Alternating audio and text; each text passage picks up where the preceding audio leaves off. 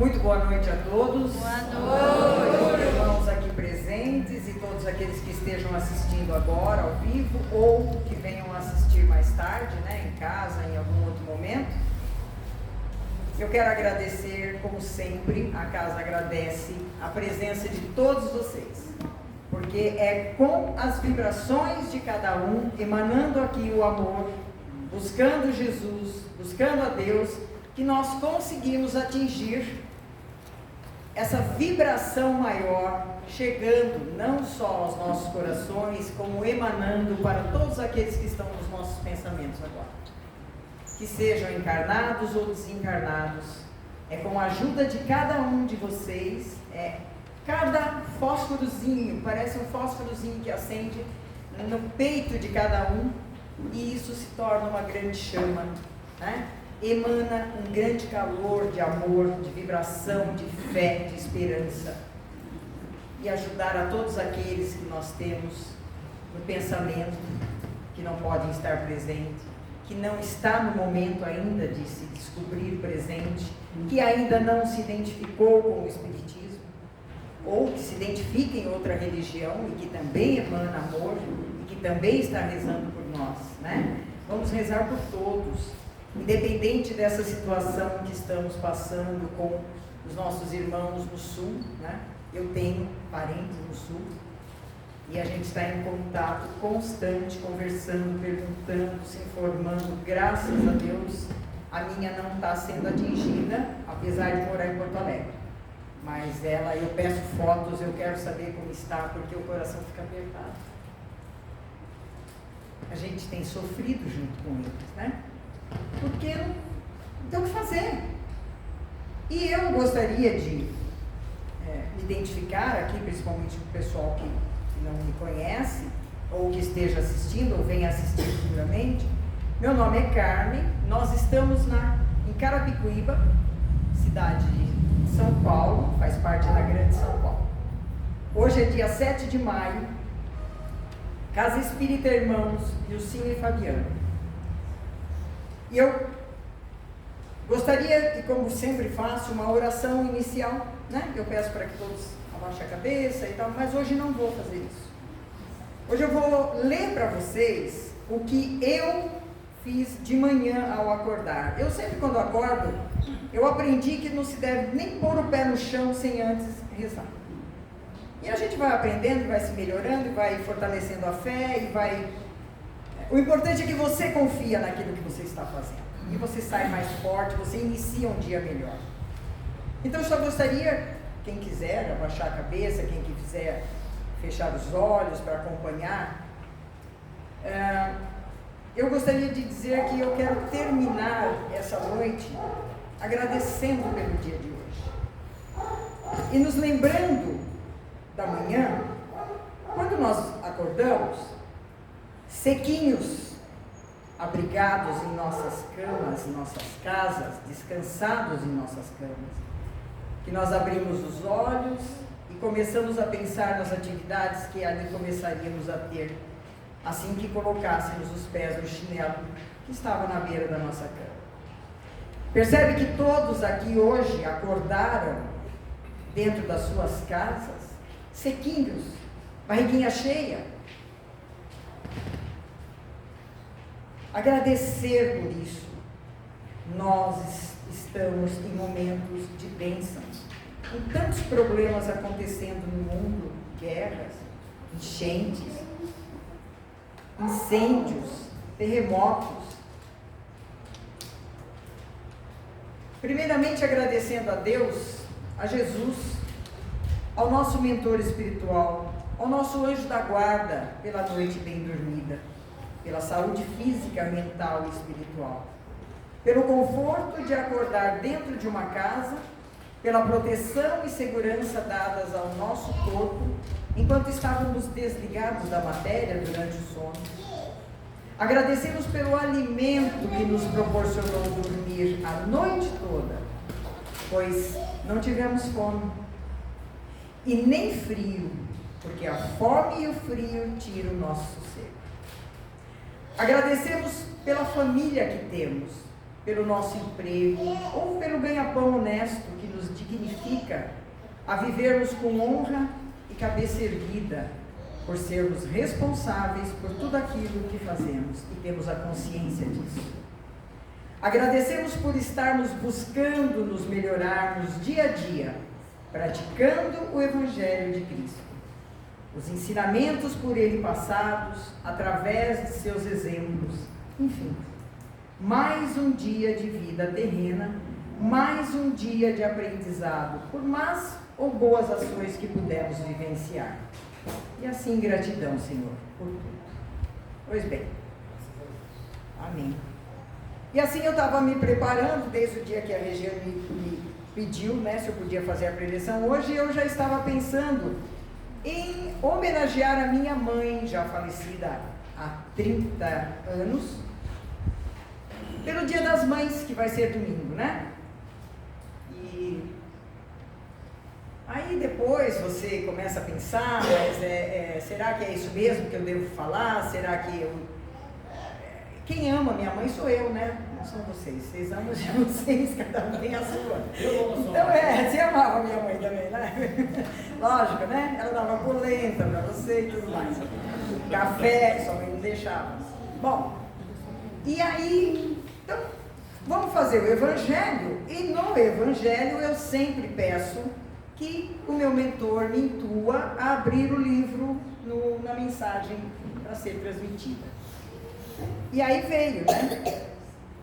No livrinho Caminho, Verdade e Vida, que é psicografado pelo Chico Xavier, ditado por Emmanuel, veio a seguinte lição: cuidado de si. Tem cuidado de ti mesmo e da doutrina. Persevera nestas coisas, porque fazendo isto te salvarás, tanto a ti mesmo como aos que te ouvem. Paulo, na primeira epístola a Timóteo, capítulo 4, no versículo 16. E aí vem o texto. Em toda parte há pelotões do exército dos pessimistas, de braços cruzados em desalento. Tem gente que só sabe reclamar, ou só sabe ver o defeito das coisas, né? Não compreendem o trabalho e a confiança, a serenidade e a fé viva, e costumam adotar frases de grande efeito, condenando situações e criaturas. Às vezes, esses soldados negativos são pessoas que assumiram a responsabilidade de orientar. Como é que uma pessoa pode ter a responsabilidade assumida na reencarnação de estar aqui para ajudar e orientar e ficar só falando mal e ficar só maldizendo as coisas? E aí, quem me vem na memória? Benditas mães. Quem é que tem esse dom de ensinar o que é bom? Você caiu, ralou o joelho, o que ela fala? Ah, não foi nada. Passa uma mãozinha, dá um beijo, sarou. São elas transmissoras desse up, de coisas boas. E aí, óbvio, né? Já fui encaixando a mãe, porque eu falei, alguma coisa da mensagem tem que ter, né? Impossível ter estado tão intuída em falar das mães e agora não encontrar nada no texto que fale delas, né? Todavia, embora a importância de suas atribuições permaneçam enganados, isso eu ainda estou falando dos pessimistas. As dificuldades terrestres efetivamente são enormes, e os seus obstáculos reclamam grande esforço das almas nobres em trânsito no planeta. Olha, eu achei a mãe aqui de novo. Mas é imprescindível não perder, cada discípulo, o cuidado consigo próprio. Mães,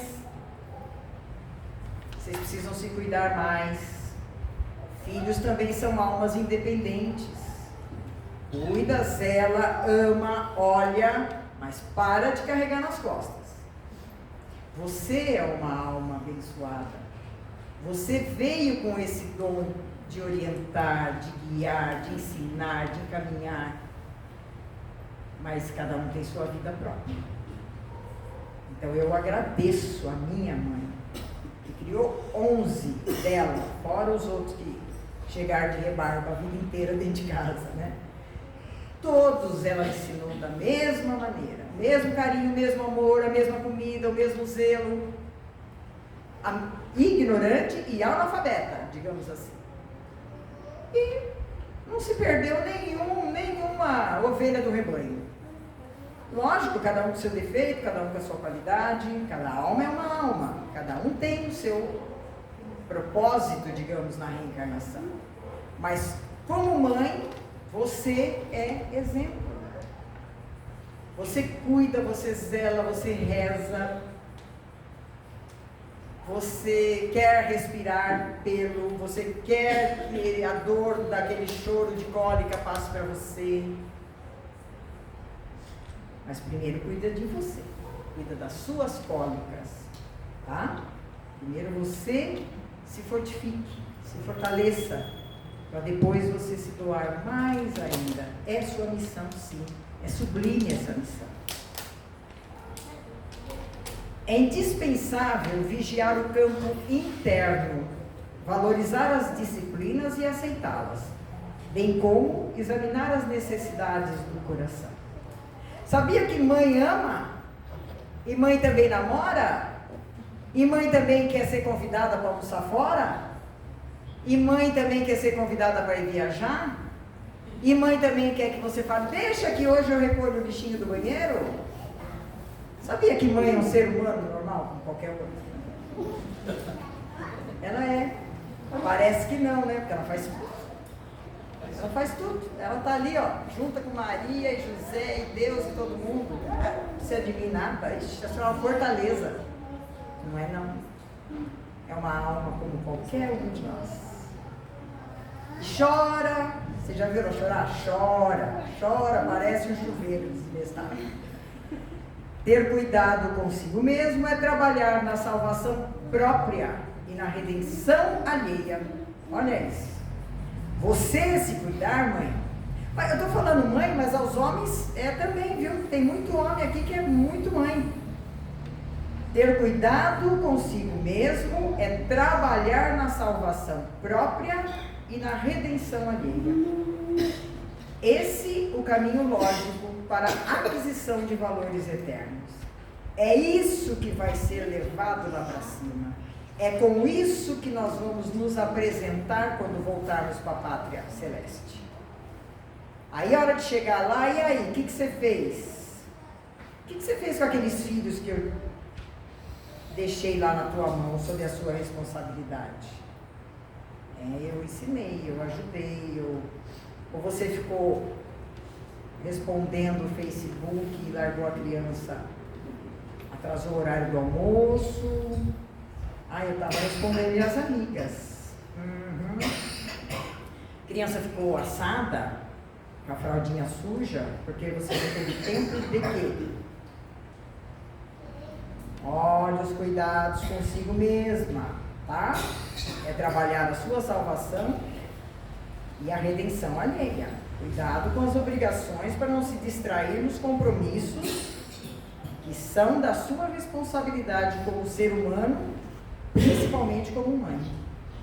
Circunscrever-se o aprendiz aos excessos teóricos, furtando-se às edificações do serviço, é descansar nas margens do trabalho, situando-se, pouco a pouco, no terreno ingrato da crítica satânica sobre o que não foi objeto de sua atenção e de sua experiência.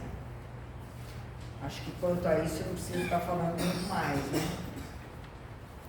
Quando nós assumimos o compromisso, qualquer que seja, aqui de estar presente nos trabalhos espirituais, em casa, na responsabilidade de cuidar do lar, na profissão, né? Não faltar, assumir com honra, fazer com amor, se dedicar. Assim eu vejo a mãe como uma profissão, a profissão ser mãe. Zelar, cuidar, porque ela tem tantos afazeres, elas têm tantos compromissos. Ela levanta antes, ela acorda todo mundo, a hora que todo mundo acorda, ela já tomou banho, ela já está com o café pronto, ela já está chamando um e outro, ela já está puxando o outro pela mão, ela já está saindo, o cachorro, ela já limpou o cocô do cachorro no quintal, já pôs água, já pôs a roupa para bater na máquina. Ela tem, aquela que trabalha fora, então nem se fala, né? Ela ainda tem que se preocupar com o almoço que talvez ela tenha feito já ontem, 11 horas da noite, ou então ela estava fazendo 4, 5 horas da manhã antes de sair para deixar a marmitinha de um, de outro, já o pratinho no micro-ondas. E lá vai ela. Aquela que tem carro ainda tem uma chance de conseguir ainda fazer mais alguma coisa, porque não é porque ela tem carro que ela vai descansar mais meia hora dentro de casa antes de sair, além porque o trânsito nem te permite mais chegar no horário, né? Então, assim, são muitos afazeres para essas mulheres, né? São atividades sobre atividades o tempo todo.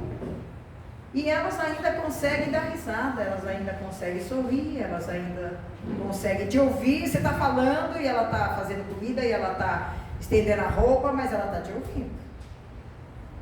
Fala uma besteira no meio do caminho quando você está conversando com ela para você ver se você não vai levar um chacoalhão. Você acha que ela não está te ouvindo e você está lá atrás. Ela está ouvindo. Ela está prestando atenção, sim. Sabe por quê? Porque ela escuta com o coração. E ela conhece você mais do que você mesmo. E eu quero agradecer pela minha mãe, que foi um exemplo de pessoa a vida inteira. Eu tenho testemunhas aqui que sabem disso do que eu estou falando.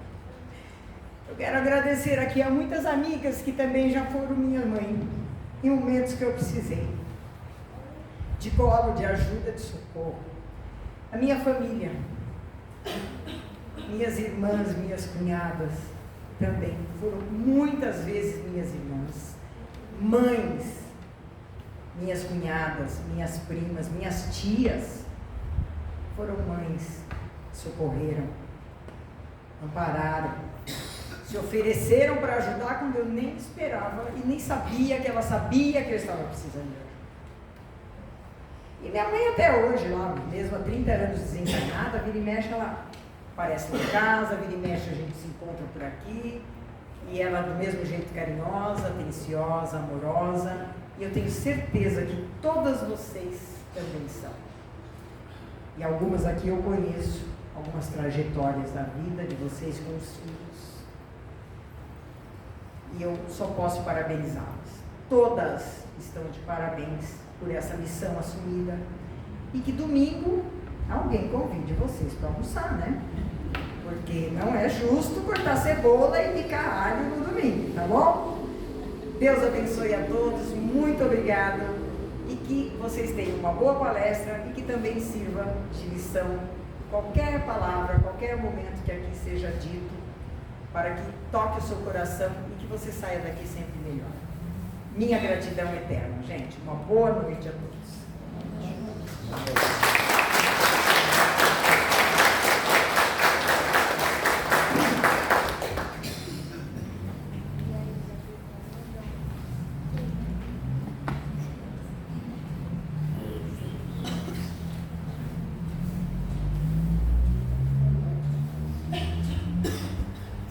Boa noite. Boa noite. Então, vamos dar uma boa noite, mas hoje a espiritualidade precisa das nossas boas vibrações. Para você que está em casa nos assistindo ao vivo, para vocês que estão aqui no salão. Então vamos dar aquele boa noite com todo o amor que nós temos no coração. Boa noite a todos. Boa noite. É isso aí. A espiritualidade agradece. Eu escolhi o tema dessa palestra. Quem está aqui a primeira vez? Perdão. Alguém pela primeira vez? Seja bem-vinda. Costumo dizer quando tem alguém pela primeira vez que você já é espírita? Tem medo de espírito? Tem. Fique em paz, tá? Tá cheio aqui, mas ninguém vai te incomodar. Eu costumo dizer que a gente não tem nenhuma pretensão de convertê-la ao espiritismo, tá? Se você sair daqui melhor do que chegou, amém, tá bom? Seja muito bem-vinda mais uma vez. Sejam todos bem-vindos. Hoje está um dia difícil, eu estou tentando me animar. Eu escolhi 2 reflexões um pouco pesadas. Há 15 dias atrás, eu não imaginei que nós estaríamos passando pela situação que estamos passando hoje. Mas que Deus nos ilumine, que o meu mentor me auxilie, me abençoe na noite de hoje e me ajude mais do que nunca na palestra, porque está difícil. Hoje nós vamos fazer 2 reflexões. A primeira reflexão é sobre aquela passagem do filho pródigo, parábola do filho pródigo. Só que hoje a gente vai olhar por uma outra ótica. Normalmente, quando a gente fala da parábola do filho pródigo, a gente fala do filho pródigo. Jesus falava em parábolas. O que é o filho pródigo? É mais ou menos aqueles espíritos que estão encarnados na Terra, no piloto automático. Vem, se mantém vivo, cuida da família se der, se não der, melhor que nem tenha família, né? Para ficar dando trabalho para a mãe. Não assume responsabilidade além das normais de um espírito encarnado e vai embora. Só que ele quer gozar de todos os prazeres que a terra pode oferecer para ele. Não é o filho pródigo, que queria toda a tua parte da herança enquanto era jovem, porque queria gastar e esbanjar com os amigos?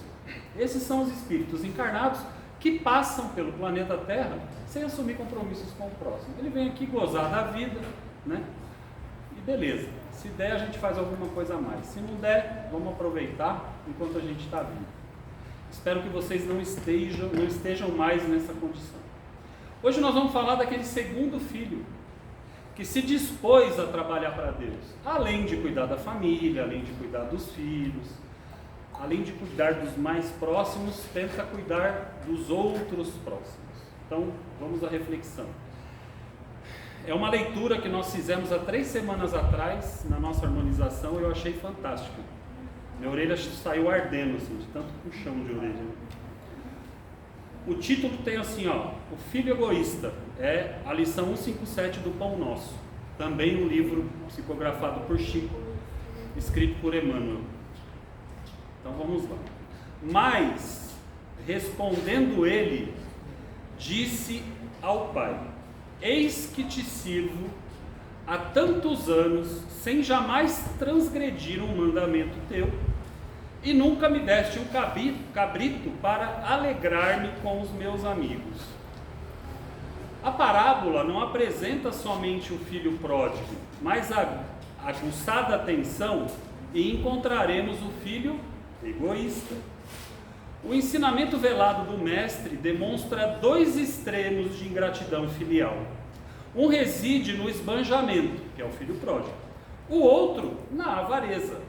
São 2 extremidades que fecham o círculo da incompreensão humana. De maneira geral, os crentes, os que creem em Deus, apenas enxergaram o filho que abandonou o lar paterno a fim de viver nas estroinices do escândalo, tornando-se credor de todas as punições. E raros aprendizes conseguiram fixar o pensamento na conduta condenável do irmão que permanecia sobre o teto familiar, não menos passível de repreensão. Observando a generosidade paterna, os sentimentos inferiores que o animam sobem à tona e ei-lo na demonstração de sovinice. Contraria-o a vibração do amor reinante no ambiente doméstico. Alega, como autêntico preguiçoso que é, os anos de serviço em família. Invoca na posição de crente vaidoso a suposta observância da lei divina e desrespeita o genitor, incapaz de partilhar-lhe o justo contentamento. Esse tipo de homem egoísta é comum nos quadros da vida. Ante o bem-estar e a alegria dos outros, revolta-se e sofre através da secura que o aniquila e do ciúme que o envenena. Lendo a parábola com atenção, ignoramos qual dos filhos é o mais infortunado, se o pródigo, se o egoísta. mas atrevemos-nos a crer na imensa infelicidade do segundo, porque o primeiro já possuía a bênção do remorso em seu favor. Então assim, o primeiro ainda tinha uma vantagem sobre ele, se arrependeu do que fez e voltou para o seio da família. Mas o primeiro filho continua cobrando do pai os seus créditos. E aí eu me coloco na posição desse segundo filho. Como eu disse, né, para aqueles que já procuram servir o pai de alguma forma, eu me identifiquei muito com essa lição. E eu vou dizer por quê. Normalmente, quando a gente reencarna, nós somos sabedores dos nossos débitos e dos nossos compromissos que vamos assumir. Graças a Deus que a gente esquece, né? Senão a gente matava metade do que está com a gente aí no mesmo seio familiar. Já pensou a quantidade de débito, né, que as pessoas que nos cercam têm conosco e nós com eles? Esposa, irmãos, filhos. Então é melhor que não lembre mesmo, né? Senão a coisa vai ficar pior, pode ter certeza disso. Então nós temos a dádiva do esquecimento de vidas passadas. Mas por que a gente assume aqueles que já estão no próximo passo, né, que quer ajudar além das responsabilidades de prover a família, de se prover, enfim? O que acontece? A gente assume essa responsabilidade porque estamos diante de vários débitos. É o que eu falo para vocês. Estar com esse jaleco branco numa casa espírita, como nós trabalhadores, não é um privilégio, gente. A gente ganha esse compromisso, ganha esse direito, porque nós estamos muito atrasados nos débitos que temos que resgatar. Aí a espiritualidade fala assim: irmão, vem cá. Vai como médium, vai como palestrante, vai como passista, que o negócio está feio do seu lado. Então é uma forma de você resgatar, né, os seus débitos com mais velocidade. E aí a gente aceita. E quando chega aqui, dá meia dúzia de passe, dá uma palestra a cada 2 meses. Para os que não trabalham na casa espírita, assumem alguns compromissos em ONGs de qualquer religião, que o que vale é a caridade, ou ONGs que não estão relacionadas a nenhuma religião, mas aceitam o serviço da caridade de alguma forma. Vou cuidar dos irmãos que não estão próximos a mim no meu seio familiar. Até aí beleza.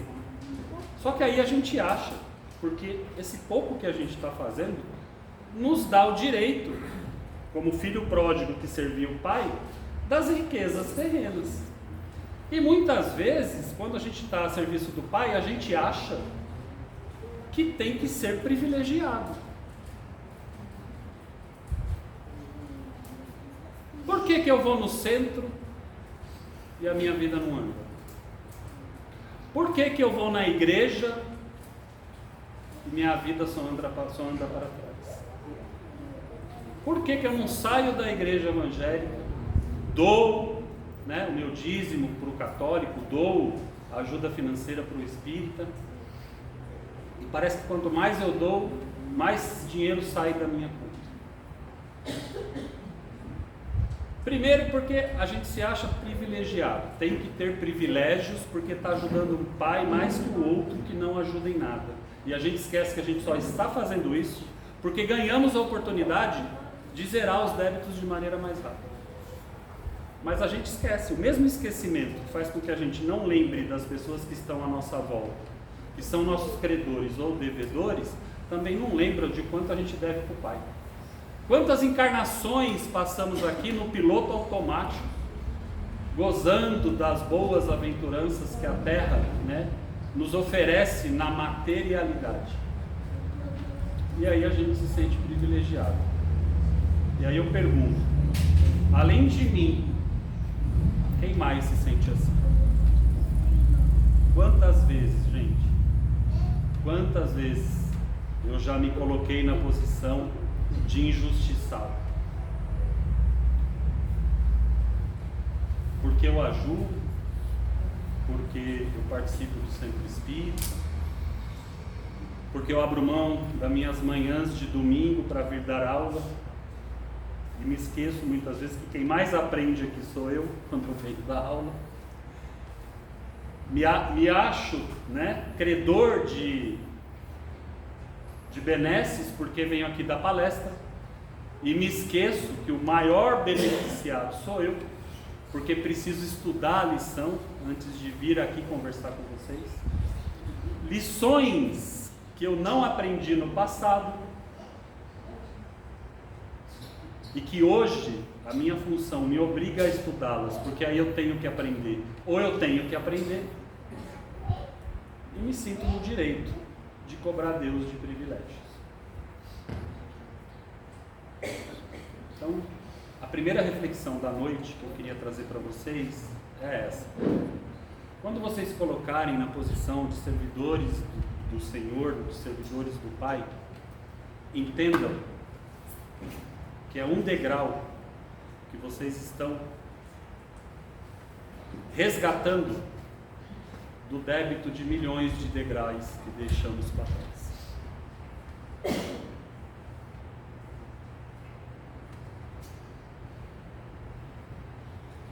Ainda estamos em dívida.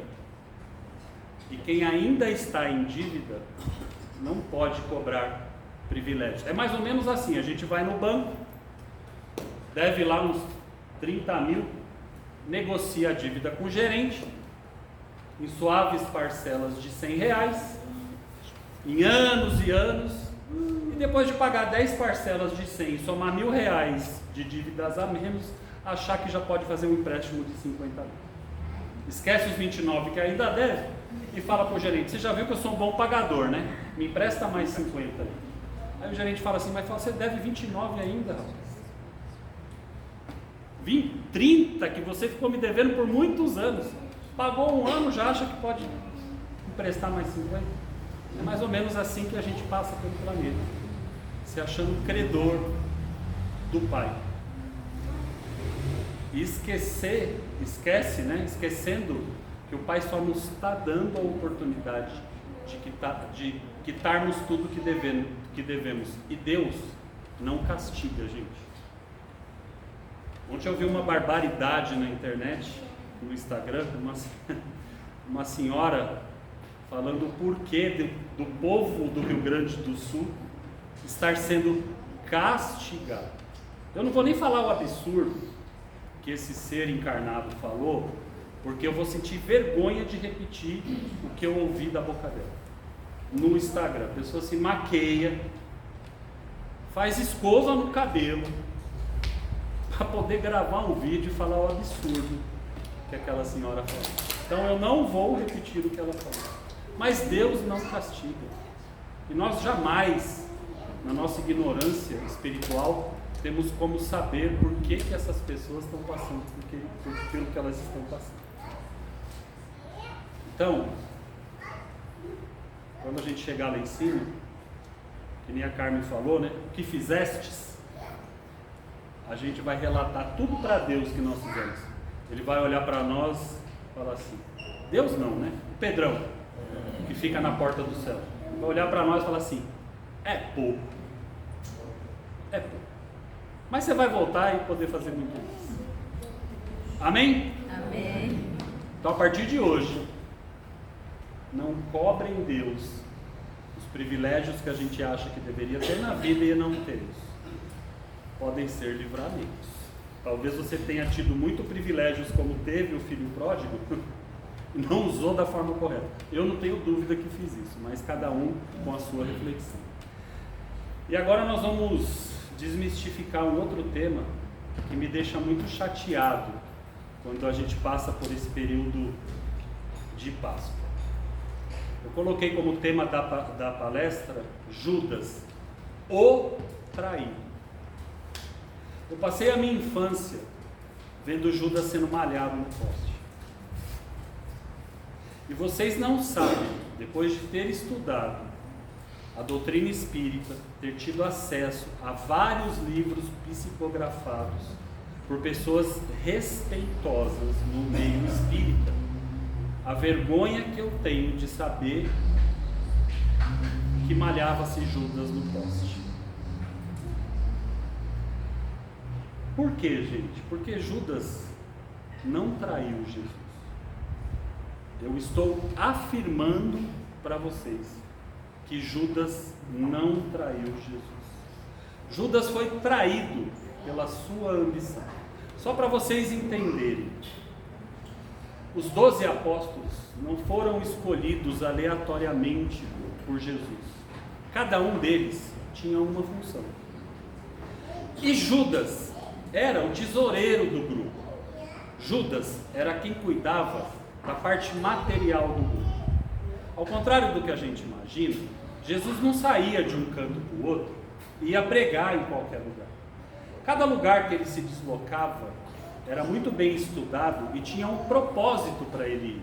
Então, quando ele saía de uma cidade, passava, e naquela época andava-se de uma cidade para outra. Então, quando Jesus sai de uma cidade a 60 quilômetros de outra cidade, ele tem que andar pelo menos 2 ou 3 dias. Ele estava num grupo de 12 apóstolos e mais um monte de gente que seguia com ele junto com os apóstolos. Essas pessoas precisavam comer, essas pessoas precisavam tomar água, essas pessoas precisavam dormir.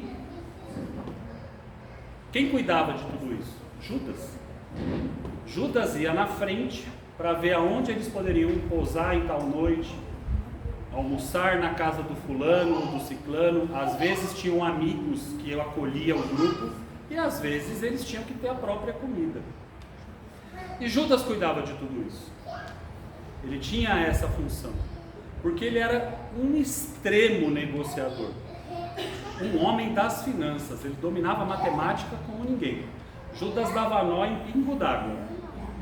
Para Judas, 1 mais 1 era 3. Se bobear, a gente provava que era, porque isso era um talento que Judas tinha. E Judas amava Jesus tanto quanto os outros apóstolos amavam. Mas Judas não conseguia entender que o reino de Jesus habitaria o interior de cada um de nós. Jesus veio plantar um reino que não tinha um território limitado, como as pessoas na época entendiam. Jesus veio trazer para nós o reino do amor, que infelizmente até hoje a gente ainda tem muita dificuldade de amar como Jesus quer que a gente ame, mas isso é tema para outras palestras. Então o que acontece? Eu vou falar alguns perfis de Judas. Judas tinha ambição. Alguém aqui se livra de ter ambição? Judas tinha fascinação pelas riquezas. Isso aqui dá para a gente ficar um pouquinho fora. Mas se der para ser rico, ninguém vai negar, vai? Alguém aqui não quer ser rico? Pode não fazer muita questão, mas se cair 10 milhões na conta, né? A gente prefere não saber nem de onde veio. Principalmente se a gente não tiver, porque aí vai ter que devolver. Então é melhor nem saber. Deixa lá, se passar uns 3 meses ninguém reclamar, nós gasta. Não é assim? O que está na minha conta é meu, não interessa de onde veio. Né? Preocupações com a vida material. Alguém aqui não tem preocupação com a vida material? Se der para pagar o boleto, paga. Se não der, não paga. Não, a gente se preocupa. A gente quer ter as nossas contas pagas, né? A nossa vida material equilibrada. Se sobrar nós vai viajar. Se sobrar mais algum na viagem, nós faz um churrasco, né? E se sobrar mais algum, nós passa o dia na barraquinha da praia. Quem que não gosta disso? Judas não era diferente de ninguém. Mas ele não conseguiu apreender o sentido da missão do Cristo. E aí, para resumir a história, o que Judas faz? Ele percebe que Cristo está sobre um grande risco. Cristo começou a mexer com a sociedade da época, para vocês entenderem. Jerusalém era habitada, na sua maioria, por judeus que eram dominados por romanos. Roma, né? O Império Romano dominou Jerusalém, que não era habitada por romanos, eram habitadas por judeus, eles praticamente eram escravos, né, dos romanos, mas tinha uma liderança religiosa, né? Aonde não tem liderança religiosa? Lá em Jerusalém não era diferente, era o Sinédrio. O Sinédrio era a autoridade religiosa dos judeus. E Roma respeitava porque é aquela coisa da boa convivência, né? Eu me alio com a religião, mantenho o povo em controle, e aí a gente vai trocando, né? Eu cuido da segurança, você cuida do coração, e eu cobro os impostos, uma parte eu devolvo para você, e a gente vive em harmonia. E Judas resolveu, ingenuamente, apesar de sua inteligência, entrar nesse meio aí. O que ele faz com o Sinédrio? Ele fala, ó, o homem vai ser rei, não tem como segurar. O cara cura, o cara tira a cegueira de quem é cego, o cara bota a perna em quem não tem perna para andar e a pessoa sai andando. O cara é o cara. E vocês não vão conseguir segurar isso, ele está aqui. O que nós vamos fazer? Eu entrego ele para vocês. Vocês ficam, a gente tira Jesus de circulação, ele fica com vocês por um tempo. E aí a gente deixa, depois que a gente der um golpe nos romanos, né, um golpe político nos romanos, a gente nomeia Jesus rei dos judeus. Qual é a escritura que tem em cima da cruz? INRI, né? O I. Naquela época era o J, né? INRI, Jesus de Nazaré, rei dos judeus. É uma forma deles zombarem de Jesus depois que o crucificaram. Mas era esse o plano de Judas. Só que ele não contava que os caras eram aliados um do outro. Aí o Sinédrio vai lá, dá 30 moedas de ouro para Judas. E vai para o pessoal da política de Roma e fala, ó, eu vou ter o dito Messias que está ameaçando o trono de vocês.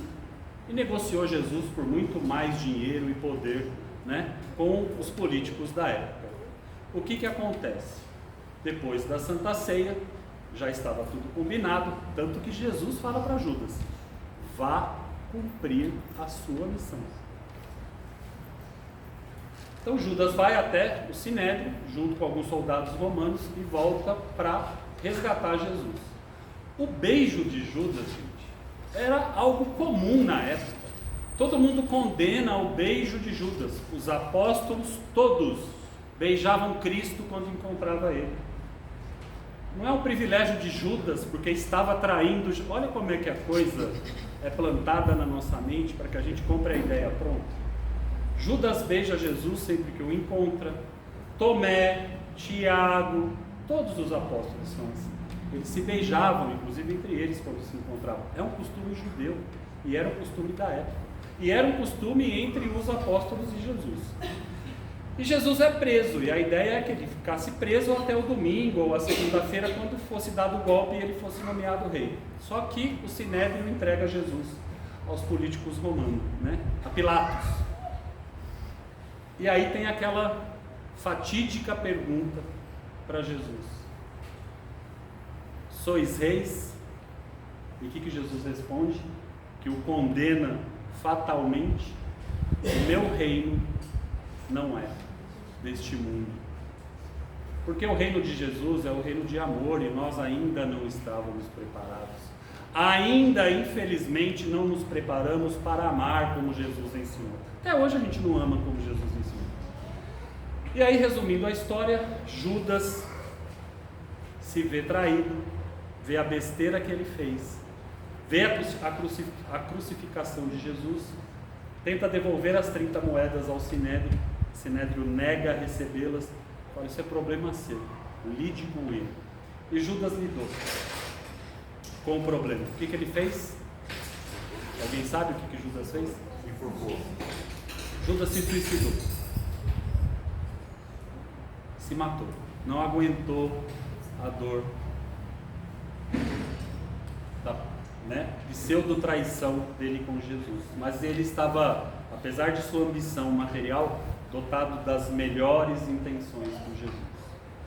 E aí, Jesus desencarna, e qual é a primeira coisa que Jesus faz? Alguém sabe? Vai lá no umbral, no Vale dos Suicidas, atrás de Judas, o apóstolo que ele tanto amava, o apóstolo que não traiu Jesus. Infelizmente, colocou a sua ambição à frente do seu amor. Foi esse o erro que Judas cometeu. Jesus fica 2 dias com Judas no umbral, até que consegue resgatar. E aí quando ele aparece para Maria Madalena, né, já em espírito materializado, né, Maria tenta abraçá-lo, Maria Madalena tenta abraçá-lo, e ele fala: não, Maria, eu ainda estou impuro, eu ainda não subi aos céus, eu estava até agora nas profundezas, não me abrace. E aí a gente passa 2000 anos comprando a ideia de que um dia alguém vendeu para nós de que Judas traiu Jesus e malha o cara no poste. Esquece do espírito desencarnado que passou por diversas encarnações trazendo essa culpa. Uma delas, das mais marcantes, é quando ele reencarna como Joana d'Arc na França. E dentre os compromissos que Judas assume, ele quer uma morte sofrida, porque ele ainda não tinha conseguido se perdoar do erro que cometeu, não da traição, mas do erro que cometeu, porque se sentia responsável por tudo aquilo. E como que Joana d'Arc morre? Queimada numa fogueira. E aí, gente, a partir de hoje, nós temos o compromisso com Jesus e com o nosso amado apóstolo Judas de não mais taxá-lo como traidor. Toda vez que eu ouço essa conversa, onde quer que eu esteja, as pessoas que convivem comigo sabem do que eu estou falando. Eu defendo Judas até o último fio de cabelo. Fazemos isso por ignorância, por falta de conhecimento. E é essa a segunda reflexão da noite. Quantas coisas fazemos por ignorância, por falta de conhecimento e compramos a ideia pronta? Quantas vezes condenamos um amigo, um desconhecido, porque alguém falou que alguém falou? Quantas amizades, quantos irmãos, quantos parentes nos afastamos porque alguém falou que alguém falou? Quantos Judas no dia a dia nós já malhamos com a língua? Quantos Judas no dia a dia nós já malhamos com a imperfeição que nós carregamos no nosso coração? Porque alguém falou que alguém falou. E agora nós temos a dádiva, né, das redes sociais, que fala o que alguém fala, que alguém fala. E a gente adora comprar ideia pronta. Sabe por quê? Porque nos afinamos com ela. Quando a gente compra uma ideia de alguém, aquela ideia diz mais de nós do que o alguém que falou. Que muitas vezes a gente não sabe nem de onde veio. Porque eu me afino com aquilo. Porque aquilo satisfaz as minhas imperfeições. E aí a gente fala: não, foi o fulano. Pode perceber, as coisas que a gente não se afina, a gente faz assim com o dedinho.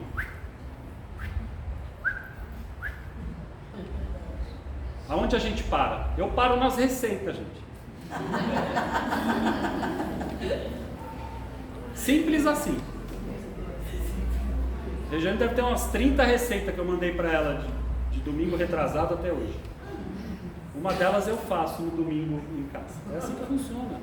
Porque eu me afino com as receitas. Quer dizer, eu me engrosso, né? Com as receitas. É assim que é. Abre o seu Instagram. O que mais aparece para você são as coisas que você mais lê. Quando você começa a ler muita viagem, aparece muita viagem. Quando começa a ler muita receita, muita receita. Muita mensagem, aparece muita mensagem. Tem pessoas que você segue que nem está aparecendo mais. Por quê? Porque você não parava para ver as mensagens dela. Você não se afina. O nosso celular, as nossas redes sociais, diz tudo disso. E a gente não percebe. Então, a partir de hoje, defenderemos Judas com o melhor que nós temos no nosso coração. E vamos além. Defenderemos todos aqueles que sabemos que são injustiçados pelo que falam, sem saber por que falam, com o melhor que nós temos nos nossos corações. Amém? Amém. Então, a partir de hoje, Judas é um apóstolo tão brilhante como todos os outros que caminharam ao lado de Jesus e caminham até hoje, como ele, que procura acertar, assim como nós. E aí eu queria fazer uma reflexão antes da gente fazer uma oração. Preciso falar para quem que é oração hoje não, né? Infelizmente não vai ser para as mães. Ainda bem que a Carmen abordou esse tema, né? Mas existe algo mais urgente para a gente orar hoje. E aí eu queria falar exatamente com relação a isso de redes sociais. Cuidado com o que vocês ouvem, tá? Não deixem de fazer o que o seu coração pede para fazer, porque alguém está falando que o caminhão não está chegando, que o dinheiro... Podíamos pegar esses amargos das redes sociais e eles podiam montar um grupo para fazer e doar algo de bom também, ao invés de ficar só criticando o que as pessoas tentam fazer de melhor para o outro. Esses dias falaram uma besteira enorme. Eu estava ouvindo um repórter ontem na rádio falando que uma pessoa influente começou a falar que não sei o que a doação, que não sei o que lá. Em poucas horas diminuiu as doações das pessoas, por causa do que alguém falou, que alguém falou. Então faça o que o seu coração pede. Se o que você está doando não vai chegar até onde tem que chegar, e eu não acredito que não vai chegar, eu acredito que 99% das coisas chegam sim, mas se não chegar, o problema não é seu, é de quem desviou. Sabe aquela esmola que a gente dá e fala assim, mas você dá esmola, o cara vai beber. Aí é problema dele. Um dia eu conversei com um cara de rua e falei assim, por que você pega a esmola e bebe? Aí ele falou assim para mim, porque quando eu bebo uma coquinha, corotinho, né? Eu fico 6, 7 horas sem fome. Enquanto eu estou embriagado eu não sinto fome. Se eu comprar um pão com mortandela, que é o mesmo preço, e 1h30 eu já estou com fome. Era só por isso que ele bebia. E a gente malha o Judas no poste. Então a gente tem que tomar muito cuidado com as coisas que a gente coloca dentro do nosso coração. A gente não sabe a história de quem está do lado de lá, não sabe as dores e o quanto sangra o coração que a gente está julgando. Quando quiser julgar, vai para o espelho. O melhor julgamento que você faz é se colocar na frente do espelho. Porque aí você julga você. Só Deus te conhece melhor do que você. Porque tem coisas que a gente não conta nem para Deus, mas Ele enxerga. E a doação mais importante, porque estamos longe, ou talvez estejamos em dificuldade financeira. A doação mais importante, a que a gente pode fazer, que não requer prática, nem dinheiro, nem tampouco habilidade. Orem, gente, orem, orem, orem, orem, orem. Essas pessoas precisam de oração. Mais do que tudo. E é o que nós vamos fazer agora. Amém? Amém.